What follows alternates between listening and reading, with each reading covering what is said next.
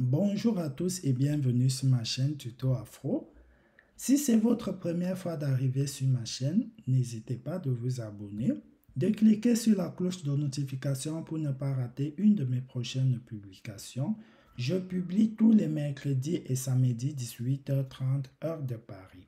Aujourd'hui, dans cette vidéo, nous allons aborder la thématique d'un jeune qui vient d'obtenir son indépendance et qui souhaite quitter le logement de ses parents pour s'envoler de ses propres ailes.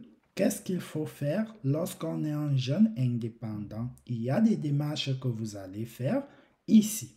Donc, il y a plusieurs démarches. Il faut faire une fois. Vous souhaitez quitter le logement de votre parent ou de vos parents parce que vous êtes étudiant, apprenti ou alternant. Il y a comment trouver dans un logement. Il y a les types de logements. Il y a le logement du Crous. Il y a le logement chez un particulier et il y a des chambres meublées chez habitant. Vous allez choisir en fonction du type de logement que vous voulez.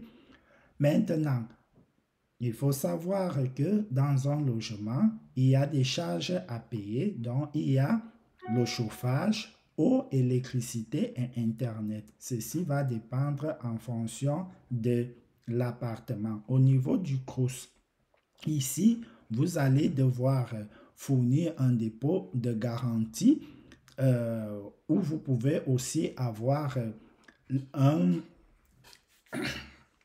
Vous allez devoir déposer une caution. Ici, vous pouvez avoir la garantie Vissal. Je vous mets tous les liens en description pour avoir un garant gratuitement par l'État.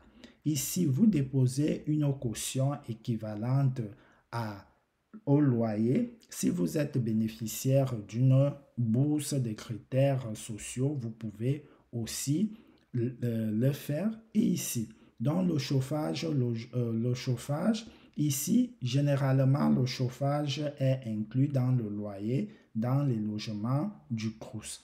Ici, l'aide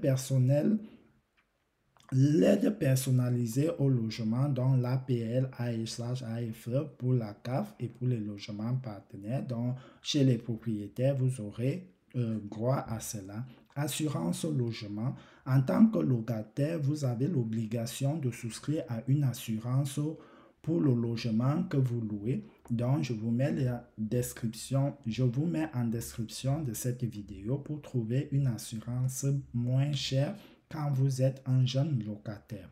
Le transfert du courrier. Ici, quand vous êtes chez votre parent, vous recevez généralement les courriers chez votre parent. Maintenant, quand vous déménagez, il faut faire le suivi, le courrier par la poste où vos courriers seront retransférés à votre nouvelle adresse. Le lien sera aussi en description de cette vidéo-là. Journée de défense citoyenne. Après avoir fait mon recensement citoyen à 16 ans, je dois participer au JCD. Voilà, si je veux faire les JCD à proximité, voilà, ici, jusqu'à mon 25e anniversaire, je dois déclarer au Centre national chaque changement de situation familiale, professionnelle, déménagement qui me concerne. Donc, vous procédez au changement aussi, vous signalez votre nouvelle adresse au CSN.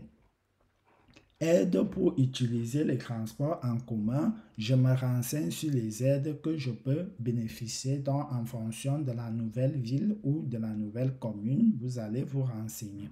Aux impôts, ici, logement CROUS, logement chez un propriétaire, ici, au CROUS, ici, l'étudiant ne paye pas la taxe d'habitation pour le logement en résidence universitaire. Chez les particuliers, donc chez le propriétaire, la taxe et redevance télé. Si le 1er janvier tu es locataire, je dois payer la taxe d'habitation. La taxe, voilà, ici, si je suis imposé pour la taxe d'habitation, je peux être redevable pour la contribution audiovisuelle sur certaines conditions. Voilà. Concernant la santé, donc, je peux à nouveau chercher un nouveau médecin traitant parce qu'il ne sera plus dans la nouvelle ville. Je m'informe au règlement ou aux règles en vigueur s'agissant de l'affiliation d'un étudiant à la sécurité sociale. Si mon déménagement est définitif, je quitte le domicile de mes parents de façon définitive. Je déclare le changement d'adresse aux divers organismes Internet. Je dois actualiser ma situation auprès des entreprises qui gèrent mes contrats, abonnements et tout le reste. Je dois m'inscrire, donc inscrire la nouvelle adresse sur ma carte grise et tout le reste, pièces d'identité, permis de conduire. Je dois faire modifier mes papiers d'identité et ma carte électorale pour les Français, pour les Européens et les autres. Donc c'est ici que se termine cette vidéo. Donc maintenant, vous quittez le cocon familial parce que vous êtes devenu salarié. Voilà, vous décidez, soit vous êtes parti en couple vivre avec une autre personne ou vous avez votre appartement tout seul. Voilà comment vous pouvez trouver des logements. Vous pouvez avoir un logement social, un logement chez un particulier. Donc, pour le logement social, il faut faire la demande de logement social sur le site de logements sociaux de la ville où vous voulez. Vous pouvez aussi bénéficier, donc, quelle aide vous pouvez bénéficier si vous êtes un agent de l'État affecté en Île-de-France, vous pouvez bénéficier d'une bourse de logement des agents de l'État. Je peux aussi je peux recourir à une solution de logement temporaire. Je peux demander un locapass. Voilà, ça sera selon votre situation. Je choisis le mode de déménagement. Ici, vous pouvez choisir, voilà, un déménagement, soit par une agence ou vous-même. Vous pouvez bénéficier d'une aide financière au déménagement. Chauffage, électricité et eau, vous allez donc souscrire à ces différents services-là pour avoir cela. Vous aurez droit à l'APL, à l'AS et à l'AF.